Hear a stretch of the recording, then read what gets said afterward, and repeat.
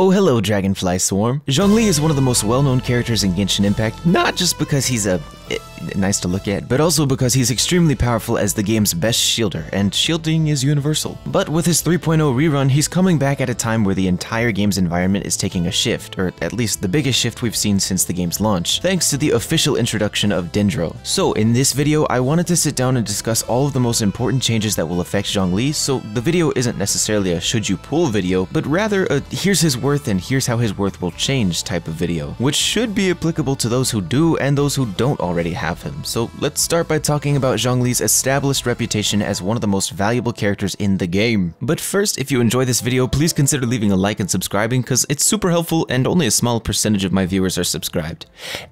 Anyways, Zhongli is uncontested as the game's best shield support. Not only does his shield scale with a large chunk of his max HP, but it also has a universal 150% damage absorption against all elements including physical damage, and at any time the shield is hit, it fortifies itself with shield strength. Needless to say, it is the most unbreakable shield in the game by quite a long shot, with 100% uptime to boot, and that doesn't even consider the fact that the characters protected by the shield also shred all enemy resistances by 20% in an AoE around them. It is a ridiculous shield with ridiculous defensive and offensive potential thanks to its many built-in passives, and given the universal likability of shields anyways, it's fair to say that Zhongli is objectively one of the most impactful characters you could pull for because he can slot into virtually any team in the game, focusing on any number of playstyles. You have full shield bot Zhongli, in which you stack as much HP as possible to beef up his shield, which will provide the most comfortable gameplay experience in Genshin thanks to the fact that you become generally unkillable. You're still susceptible to damage that ignores shields, but a little bit of healing and smart gameplay quells that issue. But there's more commonly hybrid Zhongli, in which you do build him as a supportive shielder but also focus a small bit into his damage potential, because his burst has ridiculously high scaling, and in some teams he can actually contribute a notable amount of damage without sacrificing much of the value of his shields. And there are many other ways of playing him that begin to lean further and further into his damage potential, but for simplicity we'll mostly be referring to his most popular playstyles, my aforementioned ones. And that also kind of begs the question, in order to discuss the 3.0 changes, if he's universally enjoyable in basically any team in the game, what areas does he excel the most in? Where does Zhongli fully shine? Alright, so yes, slotting him into any team will make the team unkillable, but some things are worse than death, my friend, aka being interrupted. Generally and technically speaking, Zhongli gets the most value out of using his shields to protect teammates that are susceptible to and dramatically hindered by interruption. This would very much include characters like Yoimiya, who literally cannot afford to be interrupted or dash while she's spamming her attacks, else her ICD will fall off track and tank her damage output, hence why she is so adamantly recommended with shielders by myself and other guide makers. Not to mention, with Yoimiya and a few other DPS units, Zhongli popularly helps the team utilize Geo Resonance, which is extremely powerful when Zhongli is on the team. But also, characters like Ganyu find the most value with Zhongli when she's in situations where she cannot freeze enemies. Speaking in regards to her most popular teams, freeze teams, she doesn't technically need shielding because in the right scenarios, enemies are just constantly grouped and frozen, so they're not going to interrupt her charge attack windup. But freeze teams have kind of fallen off a bit in modern Spiral Abyss, considering Hoyoverse has been throwing so many bosses in there since 2.0, so outside of freeze teams, she very much needs some form of interruption resistance in order to safeguard her damage output, which Zhongli provides to its fullest extent whilst also granting cryo resistance shred when she's close up. Also take for example Eula, because believe it or not, you are not safe in her burst just because she has built-in interruption resistance. She still very much enjoys the interruption resistance she provides to herself so that she won't technically rely on a shielder like Zhongli, but we cannot forget that shielding is only half of what his shield actually does. He's also helping her to shred 20% physical resistance on enemies and protecting her from taking damage while she's forcibly locked onto the field for her burst windup, which allows her to slot teammates like Rosaria, Raiden, Fischl, Bennett, or I suppose even Shinha, rather than Diona, so that she can maximize her aggressive damage potential. And then for different reasons, Hu Tao also loves having Zhongli on her team, mostly just because she likes living life on life support and thus basically requires a shielder, so who better than the strongest shielder in the game? But since we're discussing all of these characters and their inherent need for shielding, another very interesting one will be Tignati. As it was confirmed in the 3.0 livestream, Tignati is a bow user who has a large focus on his special charged attacks, not unlike Ganyu, but he won't have direct access to freeze or anything like it with Dendro's reactions, so inherently he's going to need some form of interruption resistance. And while I would argue that it seems the reduced charge attack windup time from his skill dramatically increases the speed he can shoot them at, he still has to shoot 3 in order to capitalize on the skill's passive, effectively making him still pretty susceptible to interruption during those animation times. Thus, at a baseline, I would argue Tignati will also very much enjoy Zhongli's provided added utility, but that's actually not the only reason I think Zhongli will help Tignai. Because while we're on the subject, Zhongli's greatest values don't only come from characters that really need shields. His value also comes from characters who benefit heavily from his universal resistance shred. So basically, take for example any DPS characters that do not have access to the benefits of 4-piece Viridescent Shred.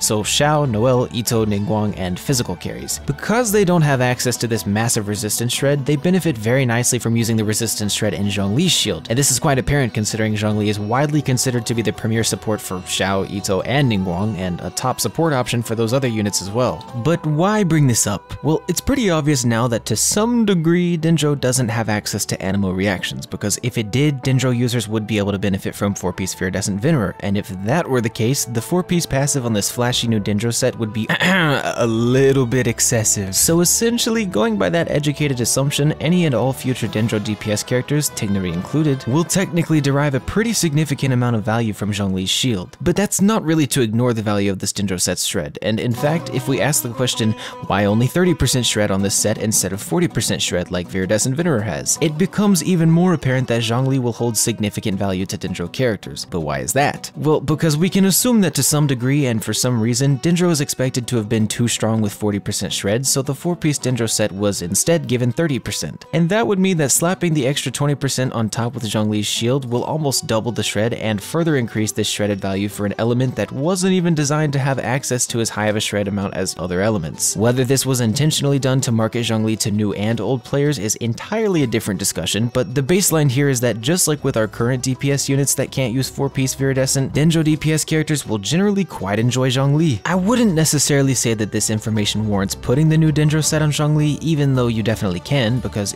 by its wording, it seems to trigger its shred passive simply by casting abilities. So you could technically run a solo Dendro unit with Zhongli, and he'd be providing both the 30% Dendro shred and his own 20% universal shred, but that would kinda cut out his own value with other sets like 4-piece Tenacity, and you can easily just slot this Dendro set onto other more suitable characters for your Dendro DPS unit anyways. In terms of team comping, this all would mean that you'd generally still be able to flex other teammates in place of Zhongli, because he's not always going to be filling an absolutely irreplaceable role in Dendro teams, but his presence will likely be quite noticeable, and depending on the Dendro DPS will warrant his placement as a top or premier support. A few other things to consider, although somewhat speculative, are that if we assume Dendro doesn't react with Animo, it's safe to assume it doesn't react with Cryo or Geo either, since we've yet to hear anything from Hoyoverse about Dendro Crystallize or Dendro related Cryo reaction, and as such, it would theoretically be a bit more difficult for Zhongli to disrupt Dendro reaction teams than it would be for other characters, which should be quite nice, especially for Bloom teams, considering the heavy emphasis Hoyoverse seems to be placing in these complex and center-focused reactions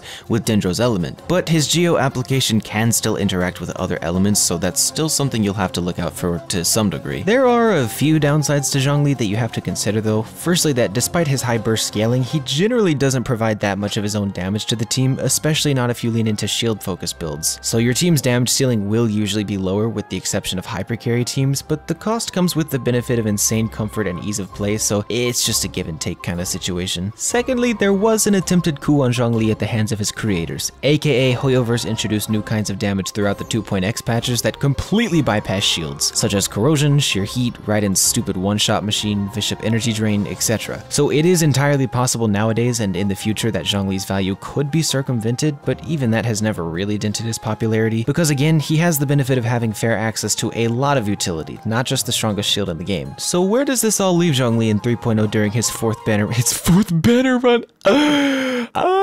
I've been playing this game for too long.